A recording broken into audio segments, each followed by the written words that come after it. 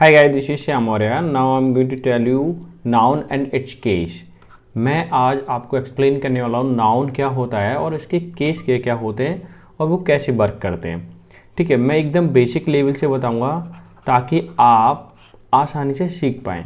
साथ ही साथ बेसिक के साथ साथ मैं आपको उसकी प्रैक्टिस भी कराऊंगा। अगर आपको इसकी पीडीएफ चाहिए तो उसके लिए आपको जाना पड़ेगा टेलीग्राम चैनल पर, जिसका लिंक नीचे मैं डिस्क्रिप्शन में दे दूँगा। ठीक है, तो आप जाके वहाँ यूज़ कर सकते हैं। दूसरा, अगर आप चाहते हैं कि और जो सोशल मीडिया हैं उस पर जा कर के आपको मिल पाए सारी चीज़ें, तो देन आप मुझे इंस्टा पे भी फॉलो कर सकते हैं। देन वहाँ पे भी मैं आपको चीज़ें डालता रहता हूँ एंड अपडेट करता रहता हूँ। ठीक है, तो कुछ भी चलाइए आप, मतलब कभी भी ऐसा नहीं है कि कन्फ्यूज हो जाओ, कुछ चीज़ें मिल नहीं पा रही हैं। हर जगह मिलेगी, इंस्टा पे भी मिलेगी, ठीक है, और टेलीग्राम चैनल पे भी मिलेंगी, ओबियसली वहाँ तो मिलती है। Now let's start. For SSC, CGL, UPPCL और high court, Allahabad high court की जो वैकेंसी आई हुई है, ठीक है, उसके लिए बहुत ही इंपॉर्टेंट है, यानी सीजीएल के लिए बहुत ही इंपॉर्टेंट है। अब मैं बता दूं कि नाउन कि अगर मैं कैटेगराइज करूं तो ये 4 टाइप के हो सकते हैं। एक नॉमिनेटिव केस, जिसको हम बोलते हैं सब्जेक्टिव केस। क्या बोलते हैं? Subjective case. पेशेंस रख के देखिए, बहुत कुछ सीखने वाले हो। ऑब्जेक्ट मतलब जो लास्ट में आता है, पसेसिव जहाँ पे, या जेनिटिव जिसको हम बोलते हैं अधिकार। क्या बोलते हैं? अधिकार। या फिर हम संबंध कारक बोल सकते हैं। क्या बोल सकते हैं? संबंध। ठीक है, जिसमें संबंध को रिप्रेजेंट करें। ठीक है, या कारक भी लिख दीजिए, जिसमें संबंध या कारक बताता हूँ। एक होता है वोकेटिव केस। सुना है क्या वोकेटिव केस क्या होता है? वोकेटिव केस होता है संबोधन। क्या होता है? संबोधन, यानी किसी को हम एड्रेस करें। क्या करें? एड्रेस करें, संबोधित करें, वो होता है आपका संबोधन। ठीक है, तो अब चलते हैं हम सीधा सीधा मेन टॉपिक पर, जो इसका बेहतरीन, जो हमेशा कंफ्यूज करता रहता है लोगों को। ठीक है, और उससे रिलेटेड हमेशा क्वेश्चन भी पूछा जाता है, वो है पसेसिव केस। कौन सा केस है? Possessive case. पसेसिव केस को 2 तरीके से रिप्रेजेंट करते हैं। पसेसिव केस अधिकार या स्वामित्व को बताता है। क्या बताता है? अधिकार या स्वामित्व को बताता है। किससे बताता है? या तो ऑफ से बताएगा, या फिर क्या होता है एपोस्ट्रोफी, कॉमा, या जिसको हम एस बोलते हैं, उसको लेकर के बताता है। एक एग्जाम्पल के तौर पे अगर मैं बात करूँ, शेक्सपियर्स, एपोस्ट्रोफी लगा हुआ है, प्ले, यानी शेक्सपियर का प्ले, या फिर हम बोल सकते हैं द प्ले ऑफ शेक्सपियर। ठीक है, तो दोनों चीज़ें आपको एकदम क्लियर हो रही हैं, आई थिंक सो। डन। अब मैं एक एग्जाम्पल लिया है यहाँ पे, देखिए, बहुत बेहतरीन एग्जाम्पल, बहुत सिंपल वे में सिखाना चाहूँगा। A table's leg were broken by my angry brother. कि जो पैर है किसका? टेबल का। ठीक है, वो तोड़ दिया जाता है या तोड़ दिया गया था मेरे भाई के द्वारा, जो कि नाराज़ था, बहुत ही ज़्यादा नाराज़ था। तो अगर मैं एरर की बात करूं, सबने पता कर लिया होगा एरर यहाँ पर है, लेकिन क्वेश्चन इतना आसानी से ऐसे नहीं पूछा जाता। ठीक है, क्वेश्चन कुछ और ही घुमा के पूछा जाएगा। लेकिन मेरा मानना है, अगर आप इलाहाबाद हाई कोर्ट के लिए, यूपीपीसीएल के लिए, उसमें इस तरह के क्वेश्चन पूछ लिए जाते हैं, लेकिन सीजीएल में ऐसा क्वेश्चन नहीं पूछा जाएगा। सीजीएल के लिए अपग्रेडेड क्वेश्चन होगा। ठीक है, वो आपको जब आप पूरी वीडियो देख लोगे लास्ट में जाके मिलने वाले, मैं उनकी प्रैक्टिस कराऊंगा, अभी कराऊंगा। ठीक है, तो आगे बढ़ते हैं। यूज ऑफ एपोस्ट्रोफी क्या कराने वाला हूँ मैं? Use of apostrophe. सबसे पहली बात अगर मैं बात करूँ, एपोस्ट्रोफी का यूज जो होता है वो ह्यूमन बींग्स के लिए होता है, लेकिन यहाँ पे किसका है? आप ये देखिए, मैं रब कर देता हूँ। ठीक है, और रब कर देता हूँ, तो आपको आसानी से समझ आएगा। साथ ही साथ मैं इसको कलर भी कर देता हूँ। ठीक है, हाईलाइट कर देता हूँ and you can easily understand. ठीक है, ये क्या है? टेबल है, कोई ह्यूमन बींग तो नहीं है, तो इसका मतलब मुझे यहाँ पे क्या लिखना पड़ेगा? Legs of a table. मुझे यहाँ लिखना पड़ेगा लेग्स ऑफ आ टेबल, इस तरह से लिखना पड़ेगा, क्योंकि नॉन लिविंग थिंग है, ह्यूमन बींग नहीं है। डन। अगर ह्यूमन बींग होता तो हम कैसे चलाते या कैसे हम लिखते? तो हम लिखने का हमारा तरीका क्या होता? जैसे शेक्सपियर का एग्जाम्पल दिया मैंने आपको। ठीक है, और लिख सकते हो, जैसे कि मैं बात करूं, मेरा नाम जैसे श्यामी है, श्याम्स पेन, श्याम का पेन। ठीक है, या फिर मैं लिख सकता हूँ राम्स पेन। ठीक है, तो ये ऐसे लिख सकते हो ह्यूमन बीइंग के लिए। तो पहला क्या हो गया, एपोस्ट्रोफी ह्यूमन बीइंग के लिए यूज होता है।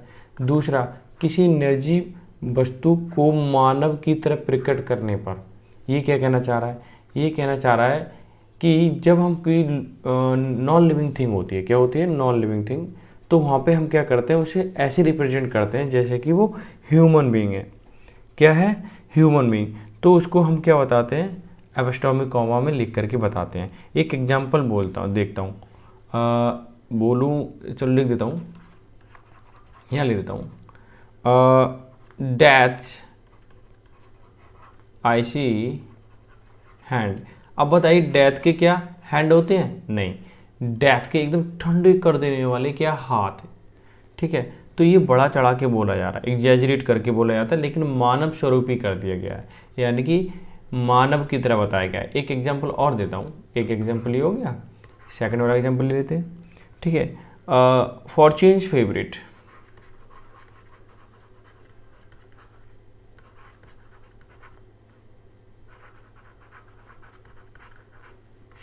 क्या हो गया, फॉर्च्यून फेवरेट्स, मतलब जो भाग्य का सबसे ज़्यादा फेवरेट है, ठीक है। तो अब भाग्य किसी का फेवरेट, भाग्य का कोई फेवरेट थोड़ी होगा, ठीक है, जो जैसा काम करेगा उसका भाग्य वैसा बनने वाला है। लेकिन बड़ा, इसको क्या मानव की तरह बात कर रहे हैं कि जो भाग्य होता है उसका भी फेवरेट होता है, ऐसा नहीं है, ठीक है। नेचुरली तो नहीं होता, बट ठीक है, हाँ, अगर हम इंग्लिश में लिखें तो इस तरह से हम लिख सकते हैं एपोस्ट्रोफी कॉमा लगा के। तीसरा है समय बताने में, एपोस्ट्रोफी कॉमा का यूज होता है वो समय बताने के लिए भी यूज कर सकते हैं, ठीक है। अब मैं इसका एक एग्जांपल देता हूँ समय बताने के यूज में। जैसे मैं यही लिख देता हूँ, आ वीक्स लीव, यानी कि एक सप्ताह की छूट, वो छुट्टी, एक एग्जांपल हो गया। सेकंड एग्जांपल की बात करूँ मैं, तो मैं बोल देता हूँ आ मंथ्स एब्सेंस, बोल सकते हैं, आ मंथ्स एब्सेंस, डन, आ मंथ एब्सेंस, यानी एक महीने तक क्या थे, गायब थे, ठीक है। तो एपोस्ट्रोफी समय बताने के लिए यूज हो सकता है। दूसरा, वजन बताने के लिए भी यूज होता है। जैसे कि मैं बात करूँ, आ ग्राम्स वेट, ठीक है। दूसरा एग्जांपल की अगर मैं बात करूँ, हाँ, टन्स वेट, डन, ठीक है। और मैं बात करूँ कुछ उत्कृष्ट प्राकृतिक वस्तुएं क्या होती हैं, जैसे कि उत्कृष्ट प्राकृतिक वस्तु की बात करूँ तो मैं यहाँ लिख देता हूँ द सन्स, प्राकृतिक है, उत्कृष्ट भी है, उत्कृष्ट का मतलब यहाँ पे यूनिक से है, क्या है, ये डिग्निफाइड भी बोल सकते हो।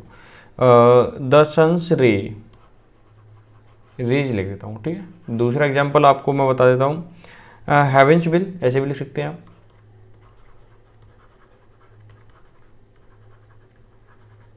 ठीक है, यानी स्वर्ग की इच्छा है, ऐसा होता थोड़ी है, लेकिन आप रिप्रेजेंट ऐसा कर सकते हैं, यानी कि लिख सकते हैं। एक वर्ड है बहुत ही important, compound noun. Compound noun क्या होते हैं, जब दो नाउन को हम जोड़ देते हैं उसे कंपाउंड नाउन कहते हैं, ठीक है। वहाँ पे हम एपोस्ट्रोफी कॉमा लगाकर, कॉमा लगाने का यूज हम कर सकते हैं।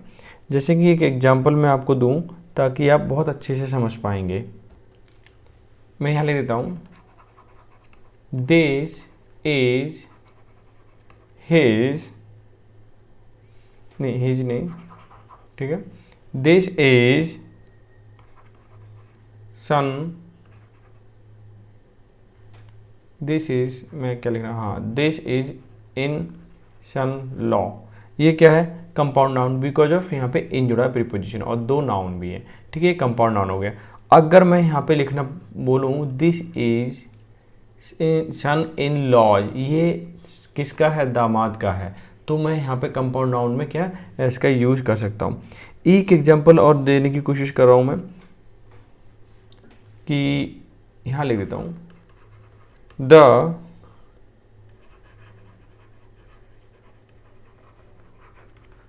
The governments of India's order, ठीक है। क्या हो रहा है कि यहाँ पे ये इंडिया, ये पूरा का पूरा कंपाउंड नाउन के रूप में यूज हुआ। गवर्नमेंट ऑफ इंडियाज, ठीक है, ये पूरा का पूरा क्या है, भारत सरकार, यानी भारत सरकार का आदेश, ठीक है। यहाँ पे क्या मतलब है, भारत सरकार का आदेश। दूसरा एक वर्ड जो हमेशा परेशान करता है एग्जाम्पल में, ठीक है, देता हूँ इसका मैं, कि एल्स के साथ क्या ईएस लग सकता है। जैसे कि एक मैं एग्जाम्पल देता हूँ मैं आप लोगों को, ताकि आप आसानी से समझ सकते हो। जैसे कि मैं थोड़ा सा नीचे कर लेता हूँ, ठीक है, यहाँ लिख देता हूँ, और यहाँ से लिखिए आई लाइक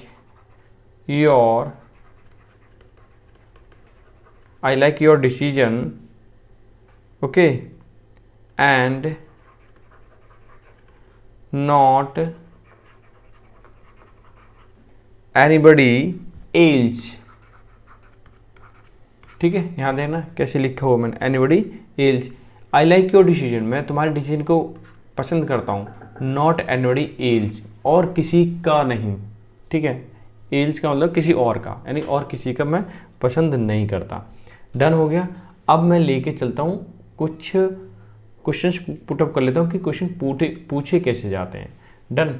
अगर मैं पहले क्वेश्चन की अगर मैं बात करूँ, जो बहुत ही बार आता है या आया हुआ है, जैसे कि मैं यहाँ लिख देता हूँ, ही डिड नॉट, ये देखिए मैंने क्वेश्चन लिख दिया है, मैं कलर चेंज कर दूँ, ठीक है। क्वेश्चन है ही डिड नॉट अप्रूव, ठीक है। अप्रूव के बाद हमेशा प्रीपोजिशन फिक्स रहती है, ऑफ ही आएगी, ठीक है।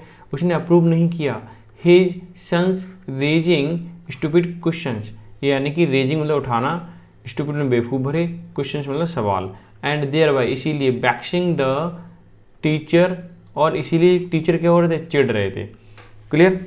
अब नो एरर, आपको बताना है कि इसमें गलती कहाँ पर है और कहाँ होना चाहिए। देखो मैंने अभी आप लोगों को एपोस्ट्रोफी कॉमा के बारे में सिखाया, कहाँ कहाँ यूज होता है, इंसानों के लिए यूज होता है, तो जाहिर सी बात है यहाँ तो आप बता ही दोगे, इंसान के लिए एक ही चीज़ आई, वो है सन, तो यहाँ यूज होने वाला है। क्यों, अब सेंस पढ़िए, he did not approve of his sons, मतलब अपने पुत्र का, क्या, अपने पुत्र का रेजिंग यानी उठाना, स्टूपिड क्वेश्चंस जो हैं स्टूपिड वाले, and there why vexing the teacher. मैं आपको बता दूं यहाँ पे सन्स के बाद यहाँ पे क्या लिखा है, रेजिंग, यानी कि क्या सा जेरन फॉर्म में है, ठीक है। ऐसे यहाँ पे क्या है, ये जेरन फॉर्म में एक जैसी फॉर्म होगी, ठीक है, किससे, एंड से पहले और एंड के बाद भी। इस बात का भी ध्यान रखते हो, इस बार का एरर आ सकता है, लेकिन वो इतना डिफिकल्ट नहीं पूछेगा तुमसे, यही पूछेगा एपोस्ट्रोफी कॉमा रिलेटेड जो चीज़ें नॉर्मल चीज़ें पूछता है, ठीक है। वही मैं एक्सप्लेन कर रहा हूँ। अगर आप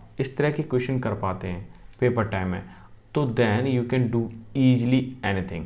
अब मुझे नीचे मैं आप लोगों को एक चीज़ में सजेशन दे रहा हूँ, आप मुझे कमेंट करोगे, ठीक है, आप मुझे मैसेज करोगे, ठीक है, अब मुझे बताओगे कि इसकी क्या आप एक्सरसाइज करना चाहते हैं, नाउन की, ठीक है, नाउन की एक्सरसाइज करना चाहोगे, ठीक है। उसमें होगा P/Q करेंगे, ठीक है, P/Q। उसमें फ़ायदा ये होगा कि आपको सारे कुछ जो फॉर्मूले हैं, ये फिर जो रूल्स हैं वो लर्न हो जाएंगे इजीली, क्या हो जाएंगे, लर्न हो जाएंगे, और तुरंत ही क्लिक हो जाएंगे माइंड में, और माइंड में क्लिक हो तो आंसर क्लियरली आएगा, ठीक है।